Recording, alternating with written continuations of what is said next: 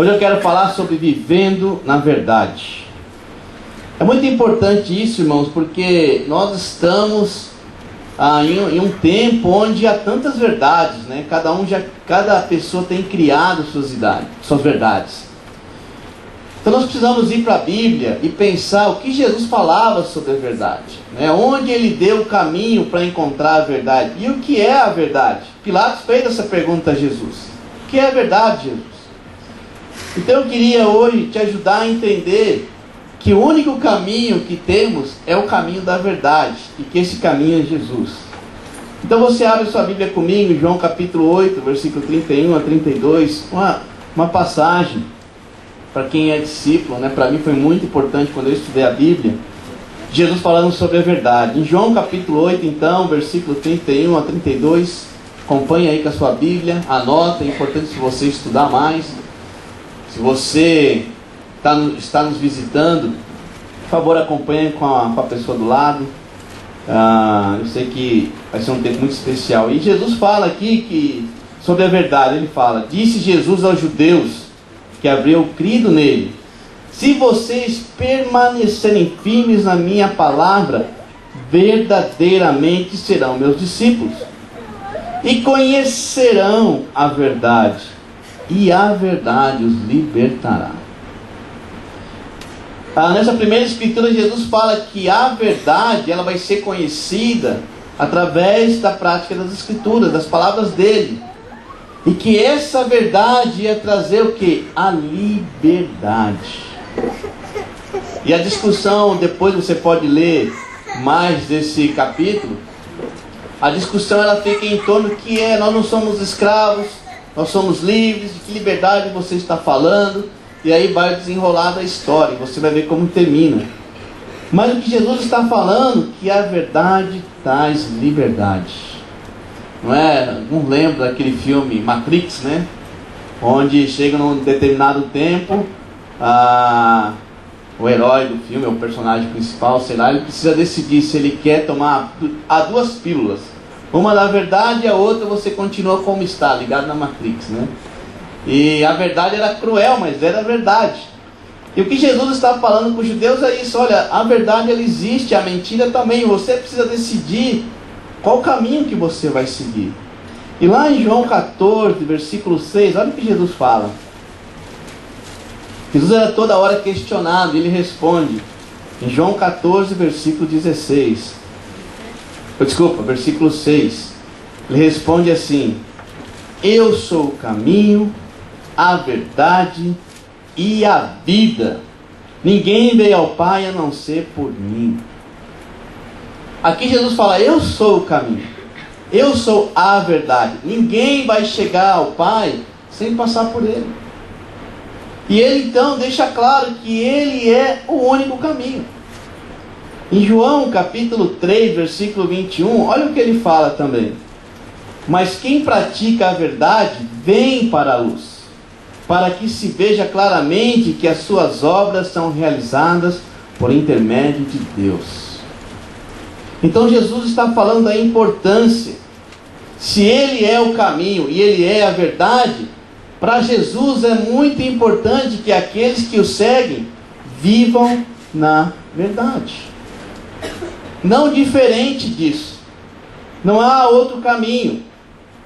Quando Jesus fala: eu sou o caminho, eu sou a verdade, é a fé que todo cristão precisa ter e abraçar. Irmão, nós às vezes achamos que Deus se comunica, sei lá, em cada país, em cada cultura de uma maneira. E há países que Deus é de um jeito, há vários deuses. Será que Deus é confuso assim? Ele vai se comunicar de maneira diferente, sendo o único Deus, o verdadeiro?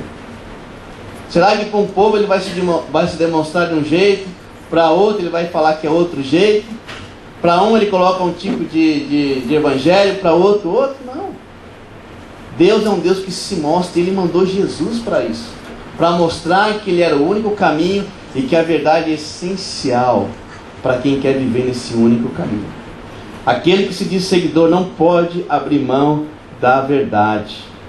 Se você está disposto a seguir a Cristo, a verdade precisa ser uma bandeira na sua vida. E muitas vezes, irmãos, na sociedade que nós vivemos, as verdades são relativas. Vai depender da religião que você cresce. Ah, não, na minha casa nós seguimos tal religião, então nós acreditamos nisso. Vai depender da cultura. Não, porque na minha cultura a verdade é essa. E a gente começa, sem Deus, a criar várias verdades relativas. Por quê? Porque nós passamos a ser o centro, não mais Deus. Quando nós somos o centro, a verdade que interessa é a nossa. É aquilo que me toca. É aquilo que eu entendo, é aquilo que eu sinto. Eu sinto que é assim, então essa é a verdade para mim. E começamos a nos afastar de Deus, o único caminho. Começamos a nos afastar da verdade, do nosso Criador.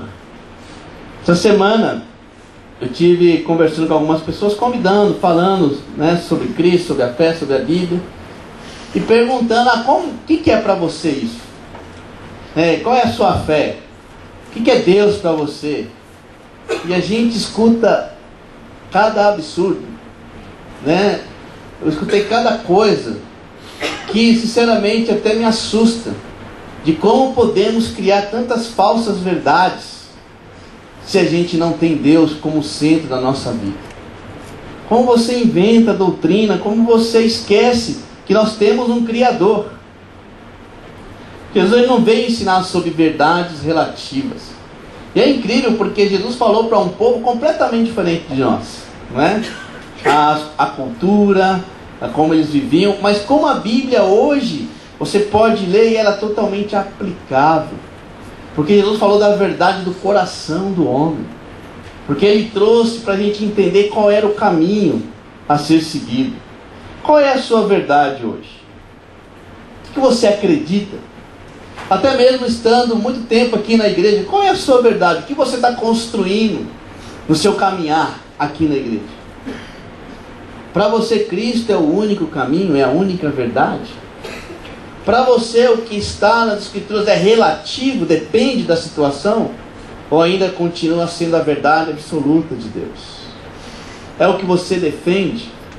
Talvez você está nos visitando e você pode achar, não, peraí, todos os caminhos levam a Deus, e você goste disso, mas isso não é verdade. Isso não é o que a Bíblia ensina. Isso não é o que Deus planejou para as pessoas. Ele não criou vários caminhos, várias alternativas. Deus é sério com o caminho da verdade.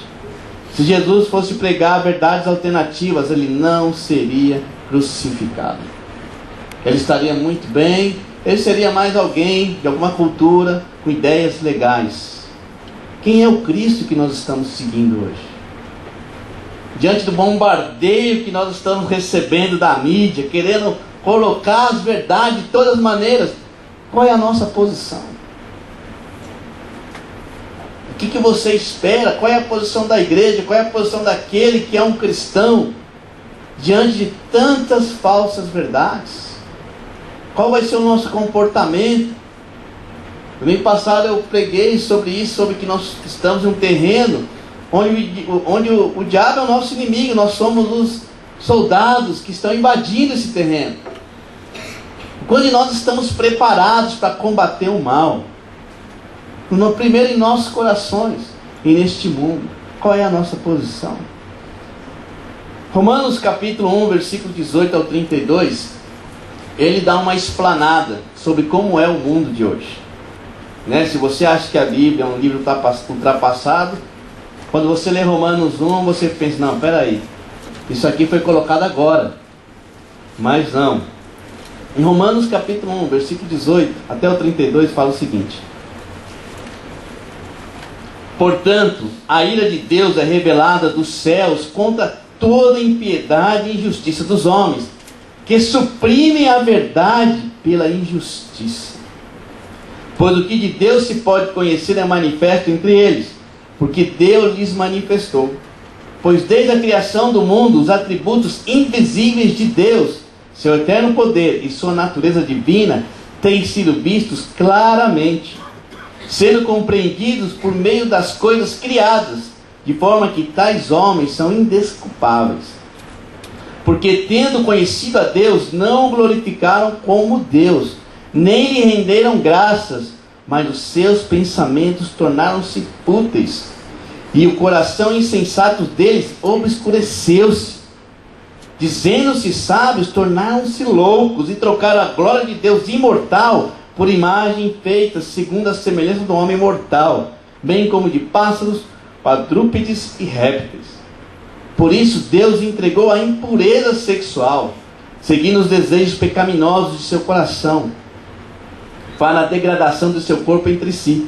Trocaram a verdade de Deus pela mentira, e adoraram e serviram as coisas de seres criados em lugar do Criador, que é bendito para sempre. Amém. Por causa disso, Deus entregou as paixões vergonhosas. Até as mulheres trocam suas relações sexuais naturais por outras contrárias à natureza.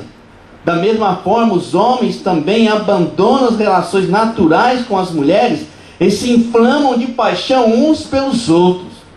Começaram a cometer atos indecentes, homens com homens, e receberão em si mesmos o castigo merecido pela sua perversão. Além do mais, visto que desprezaram o conhecimento de Deus, Ele os entregou uma disposição mental reprovável para praticarem o que não deviam. Tornam-se cheios de toda sorte de injustiça, maldade, ganância e depravação.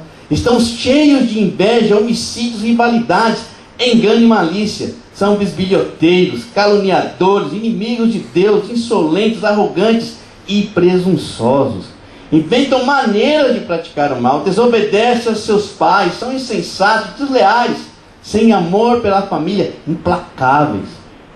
Embora conheça o justo decreto de Deus, de que as pessoas que praticam tais coisas merecem a morte, não somente continuam a praticá-las, mas também aprovam aqueles que as praticam.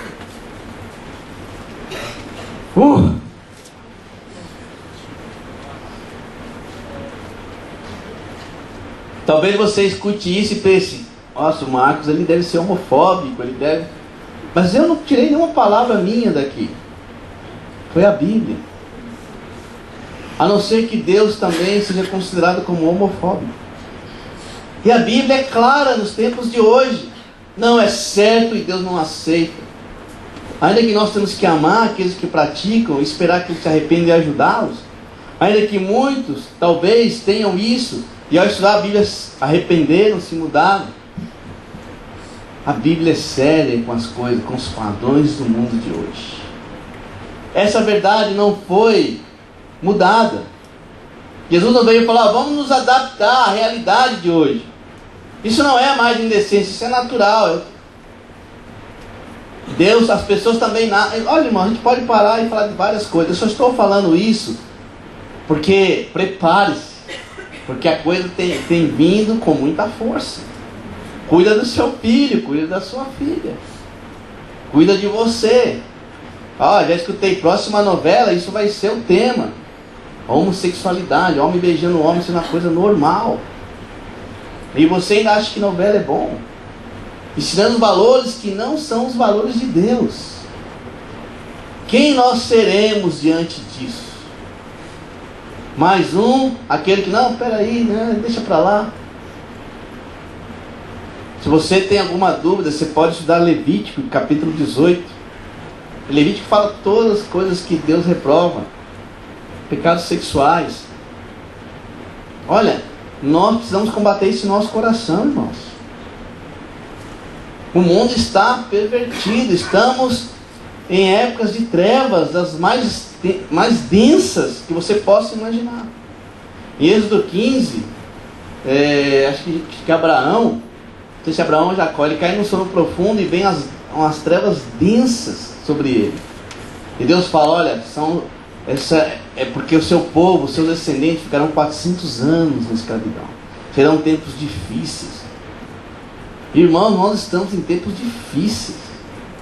Se você não se apega à verdade de Cristo, você acha que é normal. Você vai achar normal sexo fora do casamento. Você vai achar normal aborto. Você vai achar normal homossexualidade. Você vai achar normal trapacear, mentir, enganar.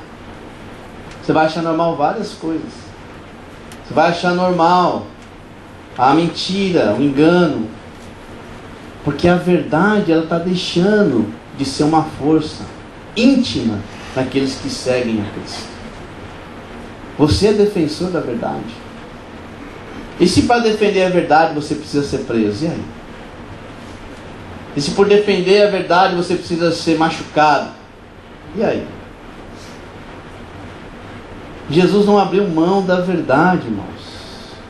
Aqui fala sobre desobediência aos pais. Eu tenho falado e repito, jovem, se você é desobediente aos pais, Deus reprova completamente. Porque você está rompendo uma autoridade dada por Deus. Dê graças a Deus se seu pai ou sua mãe está buscando exercer autoridade sobre você. Você não sabe quanto vai te livrar disso. Romanos 1, versículo 25, ele fala, olha, trocam a verdade de Deus pela mentira. Mentira! Trocam a verdade pela mentira. Você gostaria? Essa semana entrou uns equipamentos lá na empresa, e aí vinha na relação, iPad 3. Eu peguei o aparelho, o que é isso? Pequeno, com a tampa de plástico, nada a ver com o iPad, que eu tenho um, ele é excelente. Eu fico pensando, será que a pessoa que comprou, pagou mais barato? Nossa, eu sou esperto, hein? No mercado custa 2.000, eu estou pagando R$100. No Shopping Oi, iPad 3. Será que você compra uma coisa dessa e você acha que você não está sendo enganado? É uma mentira, não é? Não vai ser. Ainda que esteja escrito, ainda que pareça que tem, é uma mentira. E assim acontece com as verdades desse mundo. São mentiras. Você não pode aceitar, é mais fácil. Seria muito mais fácil nós vivemos aceitando tudo. Não, cada um segue o seu caminho. Cada um tem o seu Deus. O importante é amor no coração. Não é fácil falar isso, não é gostoso, não é bonito? Se você escuta aquelas músicas mais imorais, mas eu te amo, eu saí com uma mulher, tive relações com outra, mentira, mas eu te amo, que bonito, amor no coração.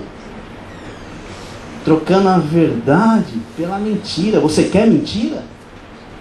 Ah, você que tem estudado a Bíblia, você quer viver onde? Na verdade ou na mentira? Você quer ir para uma igreja que vai falar de milagres, que você vai estender a mão e tudo vai mudar? E continuar numa vida de mentira? Não foi isso que Jesus ensinou. Não foi por isso que Ele morreu. Ele veio para transformar os nossos corações. Não faça como diz no versículo 32, que até aprovam o que praticam as coisas contra Deus. Nunca aprove aquilo que é contra Deus. Não faça, não ache, não se misture. E eu vou falar um pouco sobre isso depois. Mas olha, eu tenho certeza que o mundo está trabalhando para destruir a verdade espiritual de Cristo. O que nós vamos fazer?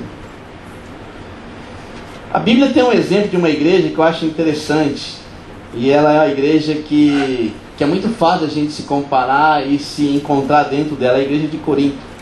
Vamos lá em 1 Coríntios, capítulo 1, versículo de 1 a 9. 1 Coríntios, capítulo 1, versículo de 1 a 9.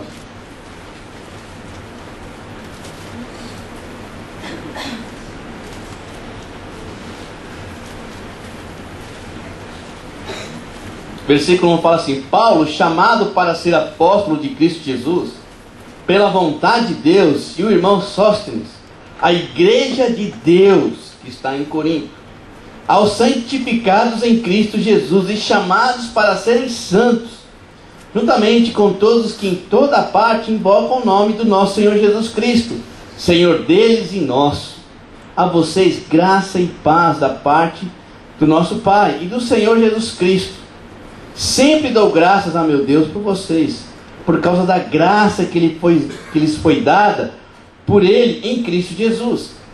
Pois nele vocês foram enriquecidos em tudo, isto é, em toda palavra, em todo conhecimento, porque o testemunho de Cristo foi confirmado entre vocês.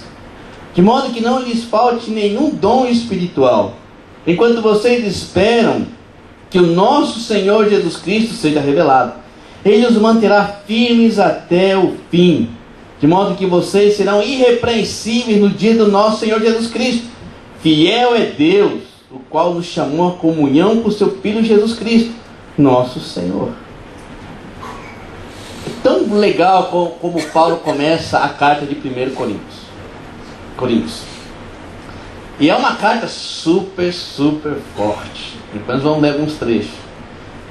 Mas Paulo sabia que, apesar das dificuldades, a igreja de Corinto não deixou de ser a igreja de Deus. Ele fala que era uma igreja santificada em Cristo, que era uma igreja separada, cheia de graça, de conhecimento, de dons. Uma igreja chamada por Deus à comunhão com Jesus Cristo. E quando os irmãos começam a ler a carta, olha que beleza, essa carta vai dar gosto de ler, né? Mas essa carta estava sendo escrita para lidar com assuntos super complicados. A igreja de Corinto, ela estava meio que dividida entre a verdade de Cristo e as coisas do mundo. E eu não vou entrar muito no mérito sobre a cidade de Corinto, mas é importante você entender um pouquinho só. Era uma cidade super comercial, né? Estratégica. Para você ter uma ideia, ela era chamada de encruzilhada internacional. Lugar chique. Vinham navios de todas as partes. Vinha navio da Ásia, da Síria, Fenícia, Itália, Espanha. Tinha movimento por terra. Ali era uma passagem obrigatória. Então quando você está num lugar, muitos povos de outras partes, muitas culturas, o que naturalmente vai acontecer?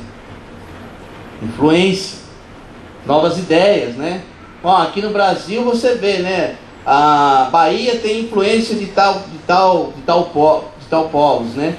Minas eu não sei qual é o povo que influencia tanto, mas tem, né? Teve, eu não sei. Você vai vendo alguma coisa da cultura, sempre tem algum povo influenciando o outro. Não é assim? Ou não é? O que vocês falam why? Vocês sabem? Do inglês why. Depois você pergunta aí, mas vem influência americana. Why? Why? Porque em inglês why é o quê? O porquê, né? E você fala why.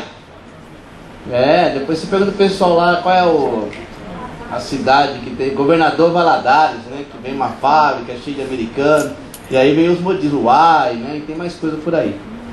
Mas de uma maneira ou de outra, conviver com esses povos, vem influências. Tem povos que são super abertos. Você vai para a Europa, você até assusta. Eu nunca fui, mas os relatos de alguns que já foram, falam, olha, tem lugar lá um lugar onde as prostitutas ficam no espelho se vendendo como uma mercadoria. E é normal para as pessoas. Vitrine, né? O que eu falei? Espelho, desculpa. Vitrine. Tem lugares que as pessoas se drogam. Vai lá, pode se drogar. Então, dependendo do lugar, da cultura, você vê coisas absurdas. Imagina uma igreja situada num lugar assim, onde vinham culturas de todas as partes. Influências, ideias, um montão de verdades relativas. E lá, olha para você entender. Em 1 Coríntios 6, de 9 a 11, Paulo ele fala de alguns pecados, mas ele fala um pouco como era a membresia, de que eram feitos. Olha o que ele fala. 1 Coríntios capítulo 6, de 9 a 11, fala: vocês não sabem que os perversos não herdarão o reino de Deus? Não se deixe enganar, nem os imorais, nem os idólatras, nem os adúlteros, nem os homossexuais passivos ou ativos, nem os ladrões, nem os avarentos, nem os alcoólatras, nem os caluniadores, nem os trapaceiros herdarão o reino de Deus. Assim foram alguns de vocês, mas vocês foram lavados, foram santificados, justificados no nome do Senhor Jesus Cristo e no Espírito do nosso Deus. O que Paulo está falando? Olha, ele falou de pecados, de pessoas que você acha que você não vai encontrar na igreja. Não, esse tipo de pessoa não. Nós vamos encontrar aqueles que nasceram em um berço evangélico, as pessoas boazinhas, né? Pessoas legais, super corretas. Mas o próprio Jesus fala que ele veio a esse mundo para quê? Para buscar e resgatar o perdido. E Paulo fala, alguns de vocês eram assim, mas por causa de Cristo foram lavados. E olha que incrível pensar nisso. Irmãos, a igreja, ela é um lugar onde você vai ser lavado, santificado, se você é um seguidor de Cristo. É isso que transforma cada um. Esse é o ponto, a verdade de Cristo transformou a vida dessas pessoas. Amém. Pessoas que viviam de uma maneira horrorosa, como muitos de nós. Quando você confessou seu pecado, foi fácil? Você que se tornou um cristão? Eu lembro quando eu fui confessar meus pecados, foi horrível. Imoralidade, mentira, egoísmo, ganância, raiva. Mas quando você tem a proposta de Cristo de ser regenerado, acho que essa é a palavra para o cristão, nós fomos regenerados de um mundo perverso, de densas trevas. O sangue de Cristo, a cruz, ela precisa ter um significado enorme, porque ela te regenerou. Essa é a verdade. A verdade não é, eu sou fraco, a minha carne é fraca, então não tem jeito, acabou. Olha o exemplo dessa igreja, era uma igreja complicadíssima. Era uma igreja difícil, mas Cristo estava agindo. Eu imagino estudar a Bíblia com pessoas assim. A verdade teve que ser pregada. A verdade teve que ser ensinada. Você acha que não houve discussões? Você acha que eles não foram taxados, sei lá, homofóbicos, de quadrados? Que não é assim. Mas pessoas foram convertidas. Quando a verdade é pregada, Deus age, irmãos. Você não vai converter ninguém aceitando meias verdades, adaptando a mensagem para aquilo que a pessoa mais gosta. Não se converte ninguém assim. Não há um exemplo disso. Quem nós somos? E Paulo fala, olha, vocês foram lavados, santificados por Cristo. Em 1 Coríntios capítulo 3, versículo 18 ao 20, fala, não se engane. 1 Coríntios 3, 18 ao 20. Se algum de vocês pensa que é sábio segundo os padrões dessa era, deve tornar-se louco para se tornar sábio. Porque a sabedoria deste mundo é loucura aos olhos de Deus, pois está escrito, ele apanha os sábios na astúcia deles. E também o Senhor conhece os pensamentos dos sábios e sabe como são fúteis. Paulo está combatendo dentro da igreja ideias fúteis, ideias que não são o padrão de Deus. Não se engane, irmão, nós precisamos ser corajosos. Você que estuda a Bíblia, você que nos visita, tomara que você veja nas pessoas que estão com você coragem, zelo pela verdade. São pessoas cheias de pecados, com erros, mas corajosas para se arrependerem, para falar de suas vidas, mas para defender o que é verdade. Jovens cristãos, que vocês sejam corajosos para defender o que é a verdade, não aquilo que seus amigos dizem que é a verdade. Precisa ter coragem de não aceitar a loucura desse mundo. É loucura, irmãos. Homem com homem, mulher com mulher é loucura. Isso não é parte do plano de Deus. Não dá certo. A ganância para esse mundo é loucura, porque nós vamos morrer. A verdade nos prepara para esse dia, que vai ser glorioso para alguns e terrível para outros. Jesus veio nos preparar para essa verdade. Nós vamos estar cara a cara com Deus. E a verdade da cruz vai te dar total alegria de estar lá.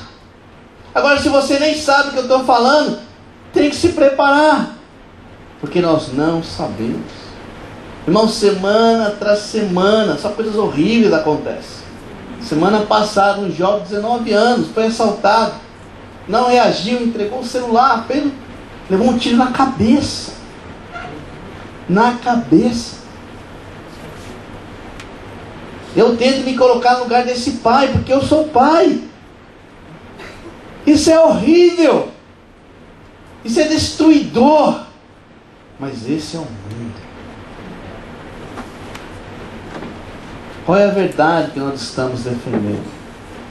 O que nós acreditamos? Paulo estava combatendo um padrão que não era o de Cristo. Olha, o padrão de Deus é loucura para você? Pureza, relacionamentos puros, falar a verdade, confessar os pecados, até abrir do nosso tempo para receber as pessoas, abrir mão de bens, abrir mão talvez de se qualificar mais para poder ter mais tempo para dedicar às pessoas. Quando eu era dedicado muito ao mundo, meu pai, poxa, meu filho, sai de casa, vai trabalhar, quiser para ir para os Estados Unidos, vai ganhar dinheiro. Mas quando eu saí olha, eu estou indo para começar uma igreja, que loucura! Você é fanático, você é louco. Meu filho, o que está acontecendo? Eu me lembro, irmãos, que quando eu me tornei um cristão, é óbvio, eu tinha que cortar com meus relacionamentos imorais. E aí só os irmãos me ligavam, meu pai, meu filho, o que está acontecendo? Meu pai começou a questionar. Porque o padrão que eu tinha estava disposto, era diferente.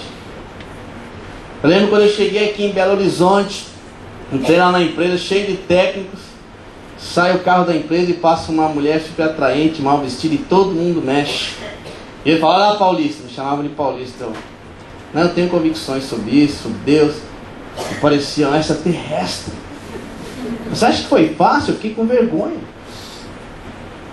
Eu falei, ai meu Deus, aí eu lembrei aquela passagem, se tiver vergonha de mim, eu vou ter vergonha de você. Não, então eu vou falar, eu prefiro que meus amigos tenham vergonha de mim do que Deus, porque essa é a verdade. Deus é a verdade. Deus, nem sei onde estão essas pessoas, nem tem ideia, mas eu sei onde está Deus. Amém. Eu sei que um dia com Ele sim eu vou me encontrar. Amém.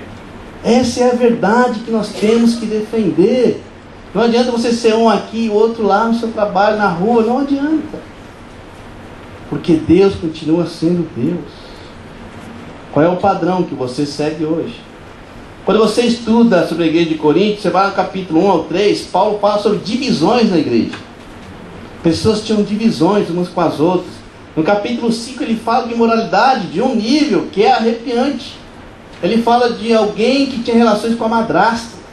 Ele fala, olha, tem que tirar, tem que resolver, não dá. Como que vocês estão convivendo com isso? Terrível. E lá no versículo 6, que queixa entre irmãos, a coisa estava muito feia. E aí vai, no capítulo 10 e 11, nós vamos ler agora o capítulo 10, versículo 21, tinha problemas na ceia. Olha só o que fala, em capítulo 10, versículo 21 ao 22. Vocês não podem beber do cálice do Senhor e do cálice de demônios. Não pode participar da mesa do Senhor e da mesa dos demônios. Porventura provocaremos o ciúme do Senhor? Somos mais fortes do que Ele? Meu Deus! Que é isso? Não tomar do cálice de demônios. Não comer a comida e na mesa dos demônios. Isso é arrepiante de pensar. E acontece que lá era tanta loucura, depois você vai ver que na ceia o pessoal comia mesmo, né? A ceia era bem diferente. Podíamos até um dia tentar implementar isso, né? Comer, beber, é uma maneira, né? Só que, como tinha muitas festas, eles acabaram misturando. Então, quando você vai numa festa mundana e tem comida e bebida, o que você faz? Você come muito e você bebe muito. Imagina chegar aqui na ceia, nossa, muito estimado, porque tomei um vinho maravilhoso. Chegasse bêbado, seria chocante, não? Mas é o que acontecia. A igreja lá, aquela igreja que Paulo falou, olha, santificados, escolhidos por Cristo, separados, estava, de um jeito o mundo estava abraçando a igreja de novo. E tudo aquilo estava se tornando normal. dentro da igreja. Normal na vida das pessoas. E talvez hoje nós estamos diante de uma sociedade que nós estamos começando a achar normal. Olha, alguns de vocês têm bebido demais. Pararam um tempo, mas alguns de vocês voltaram a beber muito. Alguns de vocês bebem e dirigem. Como se isso é normal, todo mundo faz. Tem que parar com isso. Alguns de vocês estão perdendo a pureza. Normal, não é tão radical. Cuidado, se você é assim, você fica sem autoridade para fazer nada. Alguns de vocês estão pegando a mentira. Normal. Cuidado. Isso estava abraçando a igreja de Corinto separada, purificada. Irmãos, eu não quero ser parte de uma igreja normal, onde a comunhão não precisa ser comunhão. Pode ser comunhão, mas comunhão não. Onde eu falar mal do outro, não, fiz sem querer. Onde nós até escutamos, gostamos, caluniadores, abraçando a igreja. E olha, essa é a nossa natureza, não se assuste. Quando Paulo descreve um pouco ali da membresia, ele fala, vocês foram isso tudo, mas nós fomos regenerados. Se você se diz um cristão, ainda que você tenha muitos pecados, você tem que entender, você foi regenerado. A verdade é essa, não caia na mentira outra vez, não volte para a escravidão, porque você foi regenerado. E se você é de outra igreja, tem vindo aqui, e você está vivendo em pecado, você precisa ser regenerado. Porque essa não é a verdade de um cristão. Nós não podemos andar derrotados, fraquejados, porque Cristo já nos limpa. Não é mais a sua realidade ser escravo de pecado. Não é mais a sua realidade esconder, porque Cristo quer que você viva na luz. Amém. Porque isso é bom, tem seu preço, mas é bom, você não tem que temer nada, porque tudo está na luz. O mundo queria abraçar a igreja de Corinto. Esse é o grande problema da religiosidade. Sermos uma coisa, tomarmos na copa da ceia e da copa de demônios. Comemos na mesa do Senhor e na mesa de demônios. Forte, duro de escutar, mas são as coisas que acontecem. E que Paulo está falando, não façam mais isso. Lembrem que vocês foram regenerados. Em 2 Coríntios capítulo 6, versículo 14 a 18.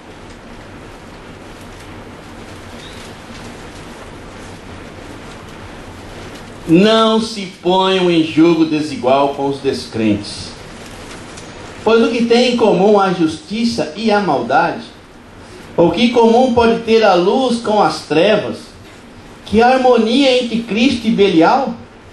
Que há de comum entre o crente e o descrente? Que acordo há entre o templo de Deus e os ídolos?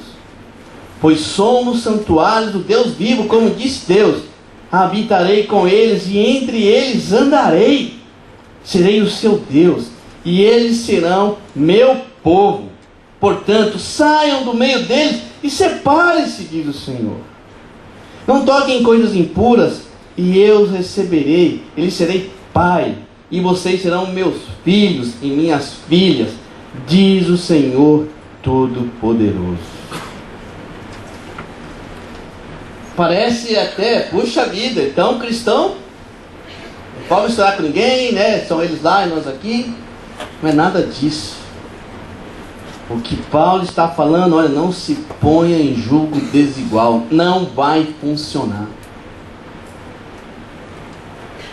Alguns que tentaram se colocar em julgo desigual, saíram, porque não funciona.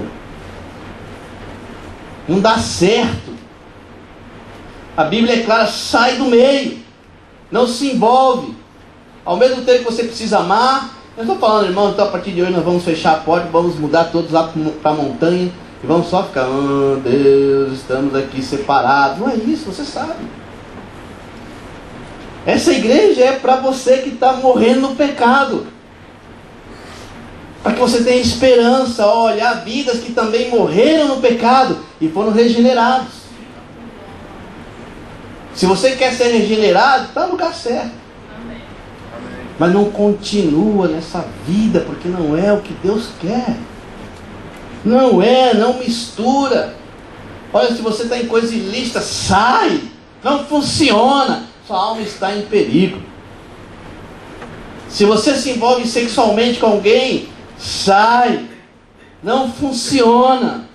Sua alma está em perigo. Porque não deve, não dá certo, é bíblico. Se você está lá no ambiente de trabalho e se envolvendo demais, sai. Porque não funciona. Ah, mas eu tolero para salvar as pessoas. Quantos você tem salvo? Quantos você tem trazido para Cristo com esse discurso? Quanto mais luz você for, mais você vai atrair, porque Cristo atrai, não repele.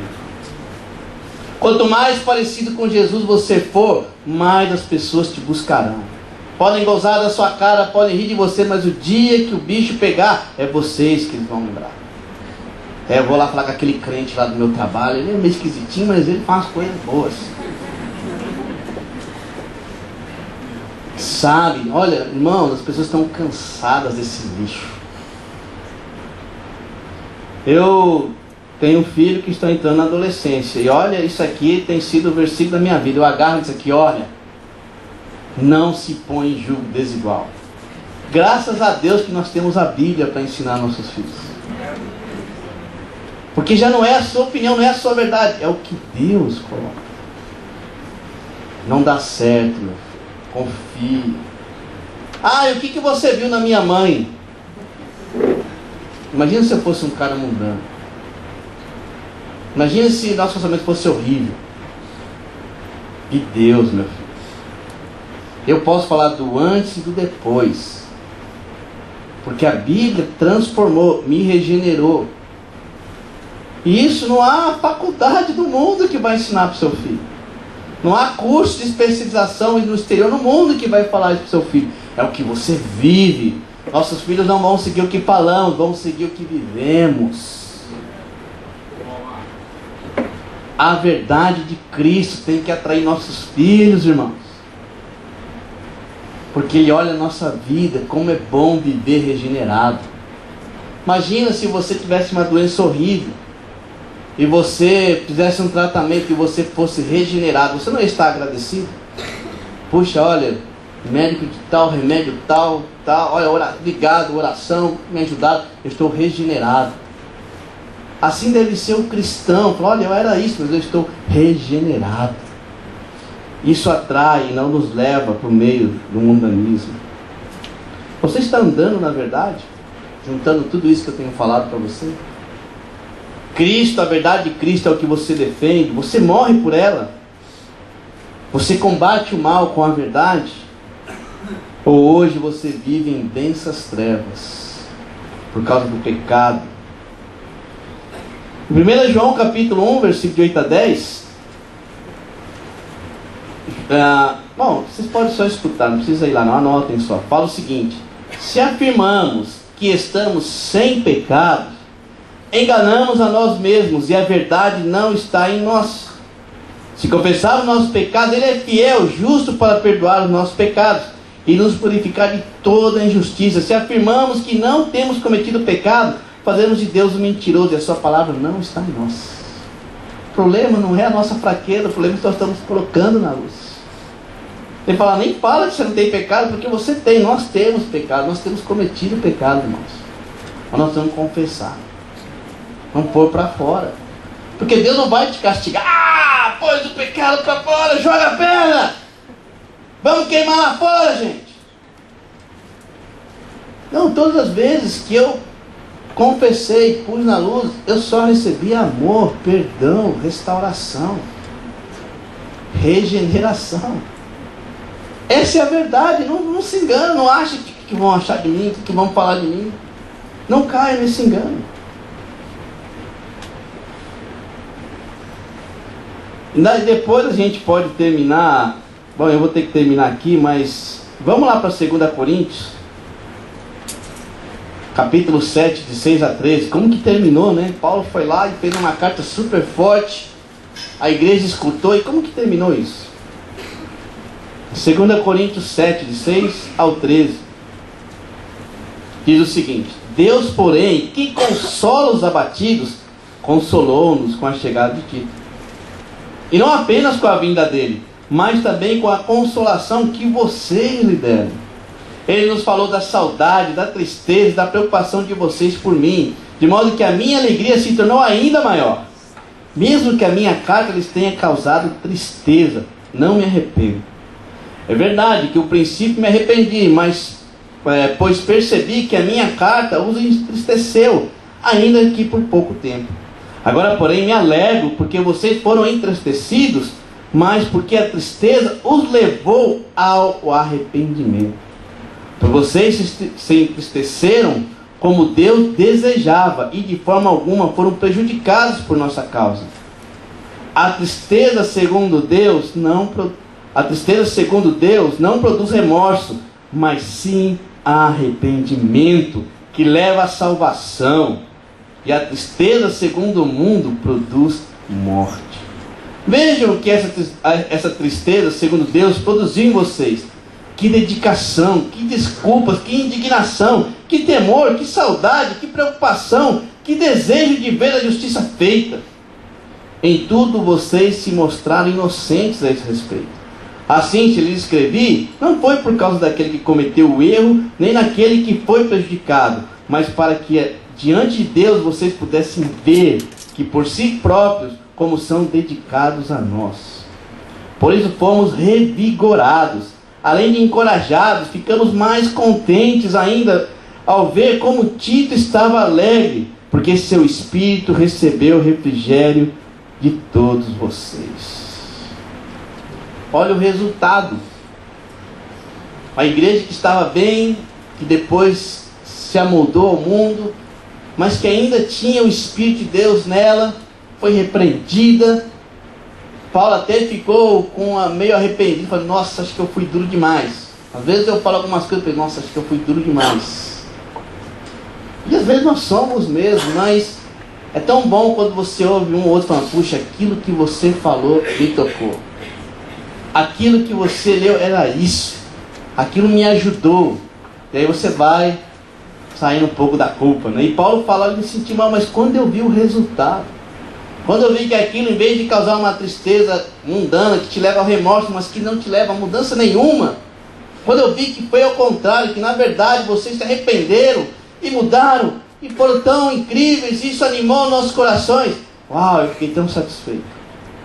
E essa é a verdade, irmãos. Quando o pecado é lidado e arrependimento, nós vamos gerar alegria, primeiramente a Deus, que fica feliz de ver seus filhos lutando contra o mal, combatendo o mal em seu próprio coração.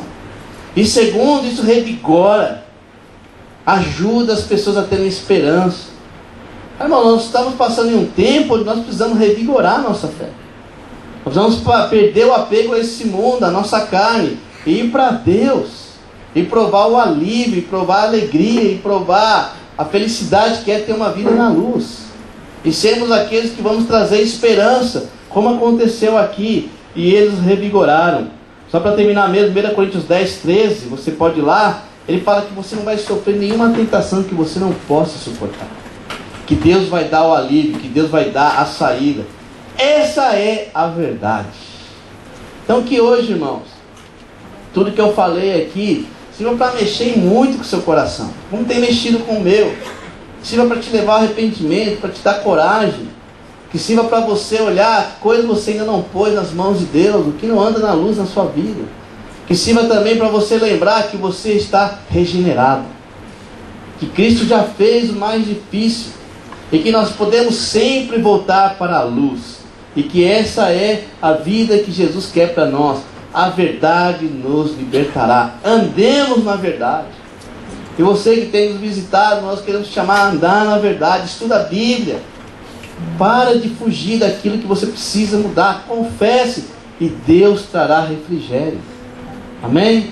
Então vamos terminar com uma canção e depois nós temos a nossa Assembleia Extraordinária, não, calma. E eu peço que vocês não saiam, porque nós precisamos depois assinar, ali atrás vai ter algumas folhas, também sobre a festa de casamento, não, a festa dos casados, vai ter ali para você se inscrever, mas a gente vai explicar um pouquinho aqui quando a gente passarmos aqui o planejamento do ano. Irmãos, muito obrigado, que vocês possam receber essa mensagem como de Deus, e que possa de alguma maneira entrar no seu coração. Obrigado.